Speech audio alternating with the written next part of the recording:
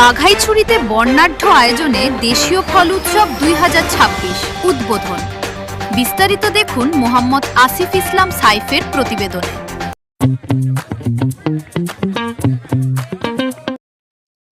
রাঙামাটির বাঘাইছড়িতে বর্ণাঢ্য আয়োজনে উদ্বোধন করা হয়েছে দেশীয় ফল উৎসব 2026।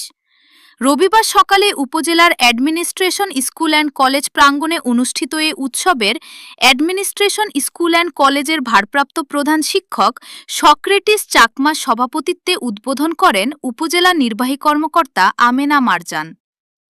করব মোরা ফল চাষ, সংরক্ষণ রাখব 12 মাস প্রতিপাদ্যে আয়োজিত এ উৎসবে আম, কাঁঠাল, লিচু, জাম, আনারস, পেয়ারা, কলাসহ বিভিন্ন দেশীয় মৌসুমি ফলের প্রদর্শনী করা হয়। শিক্ষার্থীদের নিজস্ব উদ্যোগ ও সৃজনশীল সাজসজ্জায় প্রদর্শনী হয়ে ওঠে আকর্ষণীয়। উদ্বোধনের পর অতিথিরা বিভিন্ন স্টল পরিদর্শন করেন এবং শিক্ষার্থীদের উদ্যোগের প্রশংসা করেন। দেশীয় ফলের পুষ্টিগুণ, ফল চাষের গুরুত্ব এবং মৌসুমি ফল গ্রহণে সচেতনতা বাড়াতেই এ আয়োজন বলে জানান সংশ্লিষ্টরা।